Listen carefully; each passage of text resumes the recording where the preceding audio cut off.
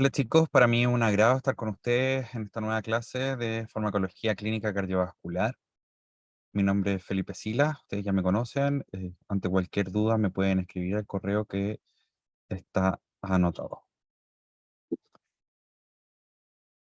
Vamos a comenzar primero con datos importantes que hay que recalcar. Las patologías cardiovasculares son una de las principales causas de factores de riesgo intrapatología y con el resto de las enfermedades aumentan las comorbilidades y aumentan las probabilidades de muerte.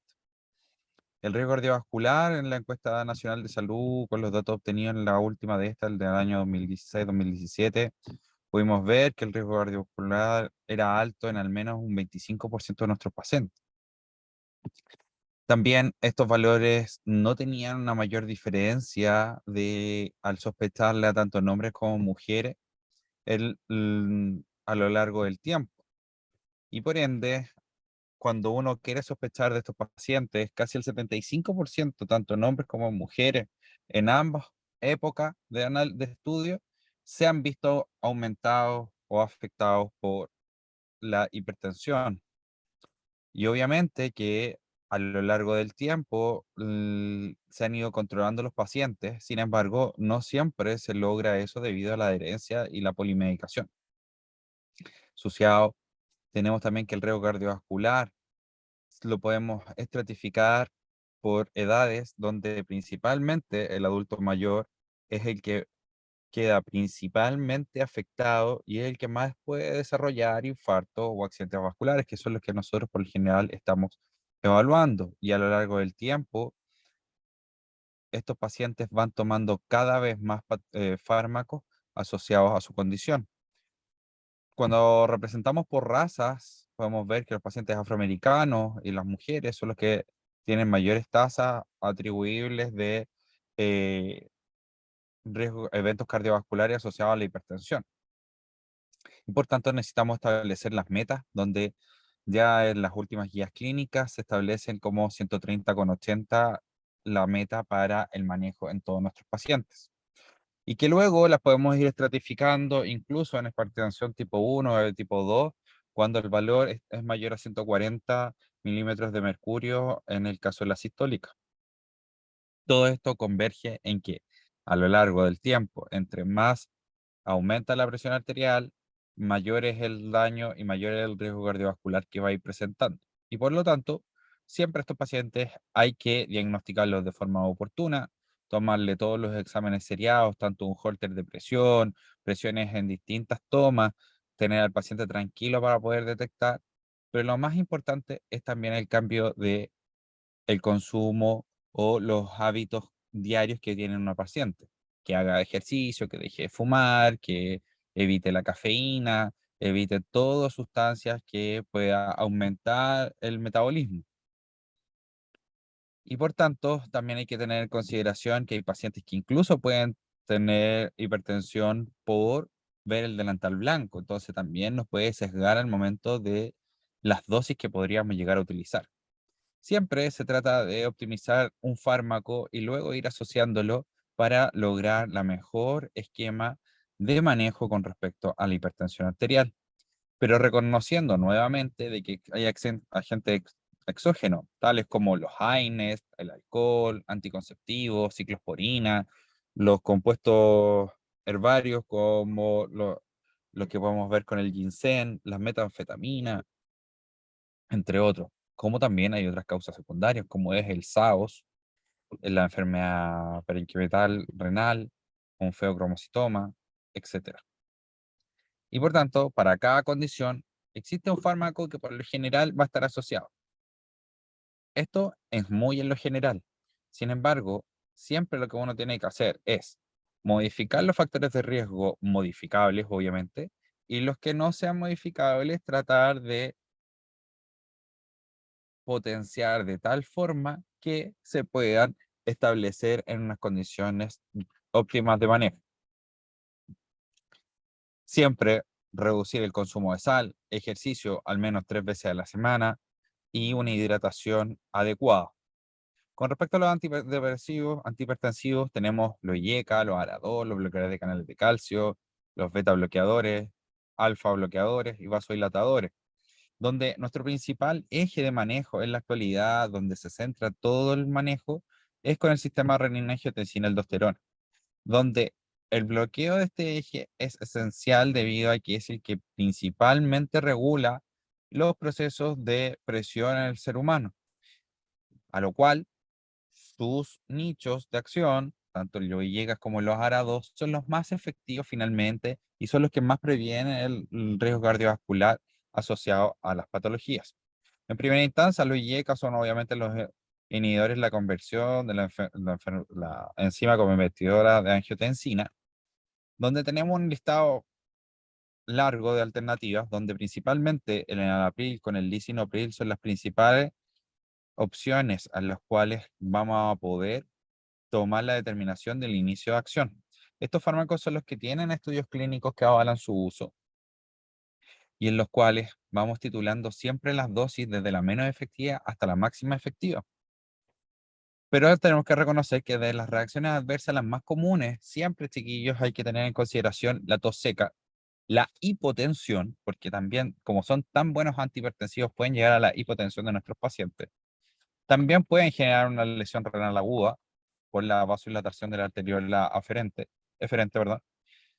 Hipercalemia, asociada al AQI, y angioedema. En su caso, los ARA2 obviamente van a bloquear los receptores de angiotensina 2.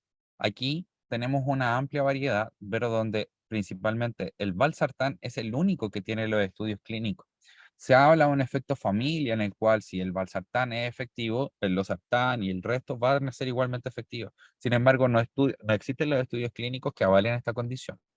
Y lamentablemente tenemos que considerar que los ARA2 son los que tienen mayor tasa de costos asociados y por ende el tratamiento con el enalapril o con un IECA tiene un costo incluso casi de un 10% menos comparado, un 90% menos comparado con un ARA2 de marca.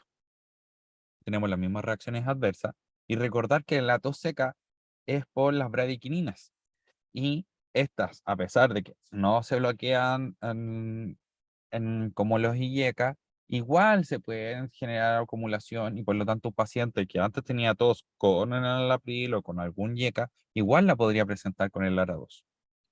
Existen estudios en los cuales se han comparado entre uno y otro y se han visto que finalmente no existen diferencias significativas en la eficacia de uno o del otro fármaco. Sin embargo, por privilegiar su uso y empezar a titular las dosis, siempre se parte con el IECA y luego se cambia al ARA2.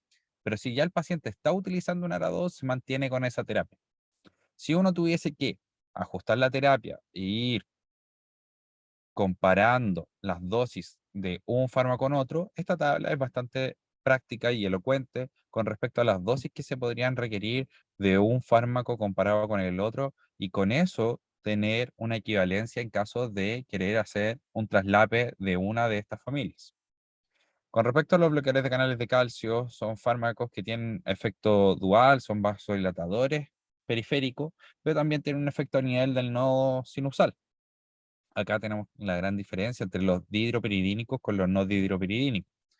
Los dihidropiridínicos tenemos el nifedipino, el nitrendipino, el amlodipino y el nimodipino. Tienen una mayor selectividad vascular y por eso que se ocupan para el manejo de la presión arterial. Sin embargo, el único fármaco que en la actualidad va quedando de estos útil debido a que es el más efectivo y más seguro es el amlodipino, que de igual forma puede generar edemas a nivel periférico, pero en menor cuantía comparado con las otras alternativas de este mismo grupo. En el caso de los no dihidropiridínicos, tenemos el verapamilo con el diltiazem, que tiene una mayor selectividad miocárdica e inhibición del sistema de conducción, pero se ocupan principalmente en los pacientes que tienen vasoespasmos coronarios para prevenir de que aparezcan síntomas similares a los de un síndrome coronario agudo. Siempre vamos a ir titulando las dosis. Eso es algo que siempre ustedes tienen que tener en consideración en todos los fármacos que son para el manejo de la presión arterial o cardiovasculares, uno tiene que tener un ajuste paulatino y muy lento con respecto a las dosis debido al gran impacto que podría haber desde el punto de vista clínico en nuestro paciente. Acá principalmente, como les decía, cefalea, edema, hiperplasia gingival incluso podría aparecer. En los bloqueadores de canales de calcio también hay que tener consideración que son fármacos que se tienen que ocupar eh, asociados a inmunosupresores debido a que tienen también un pequeño efecto sobre la arteriola eferente y vasodilatándola, permitiendo un mejor control de la presión arterial. También tienen una característica que son inhibidores a nivel citocromal, por lo tanto, permiten que aumenten las concentraciones plasmáticas de otros fármacos. Por ende, siempre todos los pacientes que estén con diltiazem y verapamilo hay que ir asociando y ajustando las terapias dependiendo del contexto clínico de esto. Con respecto a los beta bloqueadores que tienen un efecto puro sobre el nodo sinusal, acá vamos a tener beta bloqueadores selectivos, no selectivos y que tengan una asociación en las terapias. Por ejemplo, en los selectivos vamos a tener el atenolol, bisoprolol, metoprolol y el nebivolol.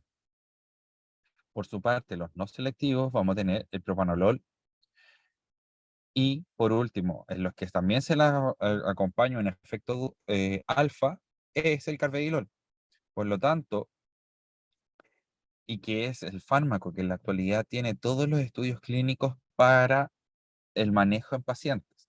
Y siempre se privilegia el uso en primera instancia del carvedilol como terapia de inicio en un paciente que requiera un beta bloqueador, como en un paciente infartado, o un paciente con insuficiencia cardíaca, o un paciente con fibrilación auricular. Y en caso de que con el carvedilol no logre efectividad clínica, se pasa a un cardioselectivo como salen en el listado. Hay que tener consideración en el tema de las dosis debido a que fácilmente un paciente puede pasar de la bradicardia a un bloqueo sinusal, lo cual requiere un manejo hospitalario para el ajuste de dosis y la respuesta clínica de nuestro paciente. En el caso de los vasodilatadores, vamos a tener una liberación de óxido nítrico, donde tenemos tanto el isosorbide, la nitroglicerina y el nitroprusiato, pero de los cuales solamente el isosorbide está disponible en vía oral en comprimidos. En Chile tenemos disponible la molécula dinitrato de isosorbide, a diferencia de en Norteamérica o en Europa, que tienen presente tanto dinitrato como el mononitrato de isosorbide. Estos son fármacos que los endovenosos son muy efectivos para el manejo de las crisis hipertensivas, donde la nitroglicerina se puede ocupar en todos los pacientes, a diferencia del nitroprusiato, debido a que este se metaboliza a nivel renal y en pacientes que tengan falla renal pueden tener su metabolito, que es el tiocianato, que los puede incluso intoxicar hasta la muerte. Por lo tanto, queda restringido el nitroprusiato en pacientes renales. El isosorbide tiene un efecto vasodilatador principalmente venoso y por tanto siempre hay que estar asociándola en las terapias con la hidralazina, como lo vamos a ver más adelante. Les mencionaba de que existen dos moléculas del isosorbida, el dinitrato y el mononitrato. ¿Y esto por qué? Porque el dinitrato es capaz de generar tolerancia en los pacientes y por lo tanto hay que estar ajustando los horarios de administración en pacientes que ya estén ocupando este fármaco para prevenir que hagan tolerancia. En el caso de vasodilatadores, desde el punto de vista arterial, tenemos la hidralazina, el cual disminuye la presión arterial por un efecto vasodilatador periférico a través de la relajación directa al músculo liso. Este fármaco es bastante eficaz, tiene un efecto arterial, pero sin embargo genera muchas palpitaciones, mucha taquicardia, cefalea, agronalocitosis, hepatotoxicidad y por tanto no pasa a ser un fármaco seguro para recomendarlo en las primeras líneas. Queda siempre como segunda o tercera opción secundario al uso con el YECA o el ARA2. Siempre se van a asociar el isosorbide con la hidralazina para tener un efecto tanto arterial como venoso. De los bloqueadores alfa, tenemos el bloqueo alfa 1, el cual disminuye la presión arterial, y donde tenemos la doxazosina, la prazosina, donde También tenemos la tamsulosina, sin embargo, esta tiene un efecto a nivel de la próstata en el caso de los hombres, disminuyendo su nivel de inflamación, a diferencia de la doxazosina que tiene un efecto sistémico con respecto a la presión arterial. La doxazosina se deja como última instancia en caso de pacientes que tengan hipertensión refractaria, debido a que tiene un efecto alfa muy potente y logra compensar rápidamente la presión arterial en pacientes que lo requieran. ¿Y por qué es tan complejo también no dejarlo en primera línea? Por las tasas de hipotensión arterial que pueden haber, hipotensión postural o el síncope que se puede generar, angioedema, entre otras. Dentro de las opciones que tienen menor impacto son los agonistas alfa-2 adrenérgicos, los cuales ven la conversión de alfa-metilnoradrenalina, que disminuye la presión arterial, donde tenemos la metildopa, que comúnmente se deja en las pacientes embarazadas para el manejo de la presión arterial.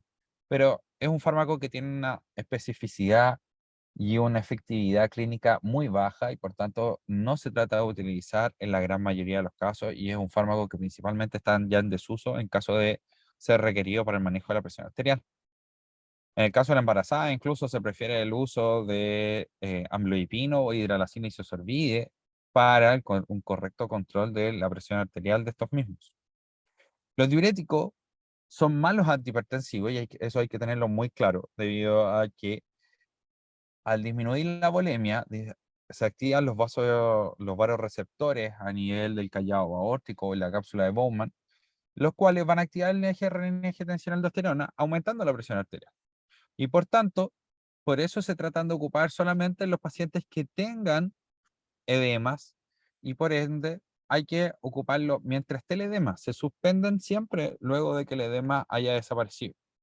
Obviamente que también hay que reconocer que este paciente hay que saber cómo está su condición desde el punto de vista de la diuresis y el llene capilar.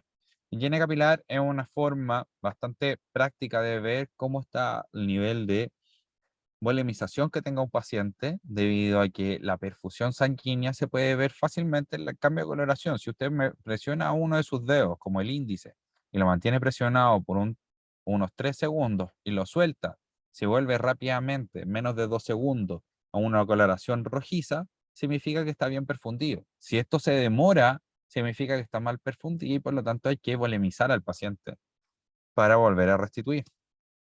Acá tenemos distintas alternativas donde la principal es la furosemida.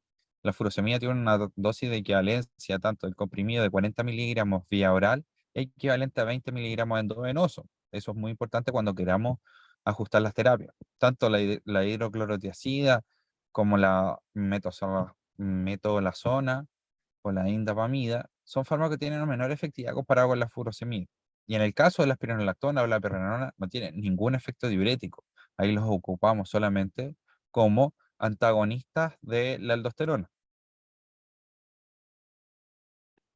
La furosemida se ven sus efectos adversos principalmente en dosis mayores a 360 miligramos al día. Eso quiere decir que con 80 miligramos cada 8 horas, el paciente por lo general va a empezar a presentar alguna de las reacciones adversas. Y en ese paciente hay que estar constantemente evaluando las dosis y la diuresis misma del paciente. La hidroclorotiazida se deja principalmente en pacientes que estén con un tratamiento combinado de bloqueadores de canales de calcio que no sean el amlodipino, o en pacientes que tengan accidentes cerebrovasculares debido a que ha demostrado su eficacia para el control de la presión arterial. La espironolactona y la eplerenona son fármacos muy eficaces para el control de la aldosterona y de hecho son alternativas en el caso de la insuficiencia cardíaca en pacientes que ya tengan una fracción de eyección menor al 35%. El problema que puede llegar a aparecer en estos pacientes es la disfunción eréctil, la ginecomastia, el desorden menstrual y aún más importante que puede llegar a aparecer en cualquiera de los diuréticos es la hipotensión ortostática. Por lo tanto, siempre a todos estos pacientes hay que estar haciéndole un control de ortostatismo, ver cómo está al levantarse el paciente, si le baja la presión arterial, si es que se marea, debido a que es una de las complicaciones que podría llegar a aparecer. En el caso de la hipotensión ortostática y al reconocer que es causa de algún diurético, hay que suspender el fármaco. Hay pacientes que incluso pueden persistir con la hipotensión ortostática, y ahí lo que hay que hacer es ocupar la fluocortisona o la midodrina para mejorar la condición clínica de nuestro paciente. Como les decía, la espironolactona está demostrada su efectividad bajo 35% del FEBI, donde ha disminuido las mortalidades y las rehospitalizaciones secundarias a su uso. Y en la última guía clínica se ha acompañado también de un nuevo fármaco, que son los ARN, donde va el sacubitril con el valsartán. El sacubitril es una nueva molécula, la cual tiene un efecto sobre las nebrilicinas, inhibiendo su acción, y por lo tanto tiene un efecto sobre la vasodilatación que va a presentar la aurícula del paciente en pacientes con insuficiencia cardíaca descompensada, y que al asociarlo al valsartán y control del sistema renina-angiotensina aldosterona, mejora la condición clínica de nuestro paciente, disminuye en un 25% las hospitalizaciones, la mortalidad, y es una de las terapias que se están ocupando en la actualidad. Pero hasta el momento solamente tenemos datos hasta 35% o menos de fracción de eyección del ventrículo izquierdo.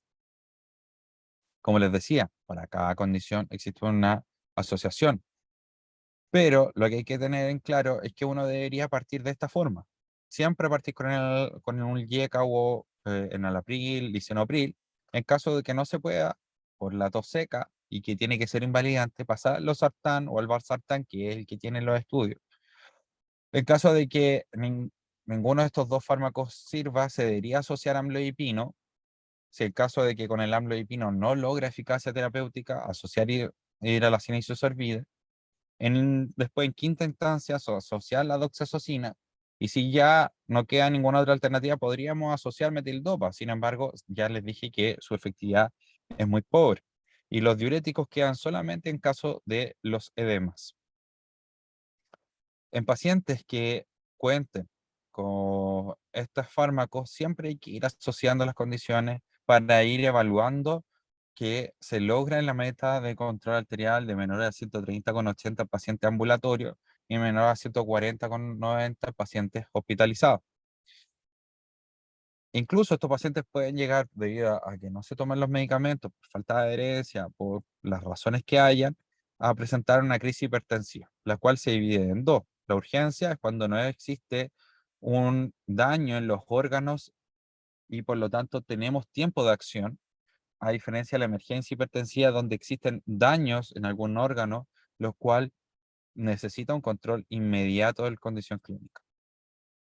En ambas, siempre se está hablando de que para diagnosticarse, la presión arterial media tiene que estar mayor a 120. Entonces, la única forma de discriminar es que si es que hay algún daño en algún órgano. Quiere decir, por ejemplo, que el paciente esté convulsionando, que esté con un edema pulmonar agudo, que esté con algún síntoma asociado. Y por el otro lado, en este caso, tenemos que en las emergencias manejarlo de forma endovenosa. Ya les dije, nitroprusiato o la nitroglicerina, o también incluso el labetalol son las alternativas que vamos a tener para el control de esta condición clínica a nuestros pacientes. En el caso de una urgencia hipertensiva, el manejo es principalmente con captopril, debido a que tiene un tiempo de acción y un tiempo de vida media bastante acotado, y por lo tanto tenemos una respuesta en minutos o en horas para el paciente. Pero la diferencia es que con la emergencia hipertensiva es un daño que requiere un manejo agudo, rápido, en minutos. En el caso de los antiarrítmicos, tenemos distintas clases de antiarrítmicos que hemos aprendido por la clasificación de Vaughan-Williams, en las cuales del 1 al 4 vamos a poder evaluar las distintas condiciones. Y estas se van a ver en el pulso eléctrico de la siguiente forma: el clase 1, el clase 2, el clase 3 y el clase 4 va a tener efectos en distintos puntos del impulso eléctrico, pero donde por lo general uno tiene que evaluar si la fibrilación auricular, que es la principal arritmia que tiene el paciente, es de inicio reciente o ya viene en forma crónica. Cuando se habla de reciente es menor a 48 horas. Y en ese caso tenemos que evaluar cómo está la hemodinamia. ¿Está estable el paciente o está en condiciones críticas que tiene que estar hospitalizado? Si está alterado, incluso estos pacientes pueden requerir esta cardioversión eléctrica, que es la típica que podemos ver en las series médicas, donde le ponen las paletas al paciente y le administran electricidad. En caso que el paciente no esté en condición crítica, hay que evaluar si es que el paciente tiene una cardiopatía estructural. Eso quiere decir un cambio en el corazón, tanto por insuficiencia cardíaca o algún infarto, que en este caso solamente nos deja el uso de la miodarona, a diferencia de la flecainilina, propafenona o la ibutilada. También hay que reconocer de que los pacientes, cuando llevan una ventana de 48 horas, tienen un alto riesgo de que dentro de la aurícula izquierda se forme un trombo en un lugar específico que se llama la orejuela, que es una malformación genética que les va quedando al ser humano, en los cuales se puede introducir sangre y con la éstasis venosa que se va a quedar ahí y la sangre no va a quedar, se va a empezar a formar un coágulo. Y este coágulo lo que va a generar es que se va a desprender y va a viajar hasta el cerebro, generando un accidente cerebrovascular. Por lo tanto, antes de cardiovertir a cualquier paciente hay que evaluar cuánto tiempo lleva con la condición clínica y si es que tiene un trombo en la orejuela. En caso de tenerlo, hay que coagular al paciente y luego cardiovertir. Si no lo tiene, podemos cardiovertirlo directamente. Se habla principalmente que el manejo de los antiarrítmicos se tiene que ocupar principalmente beta bloqueadores, debido a que el manejo por frecuencia tiene menor impacto clínico en los pacientes y pueden contrarrestar mejor forma la condición clínica. El efecto de la miodarona, la flecainina y el propafenona son fármacos que tienen un efecto transitorio. No es que el paciente queda nuevamente en un nodo sinusal, sino que puede volver a presentar una nueva arritmia. Y por eso que se prefiere el uso por frecuencia cardíaca con algún beta bloqueador. En el En el caso de la amiodarona existen distintas alternativas de su administración, que las vamos a hablar ahora.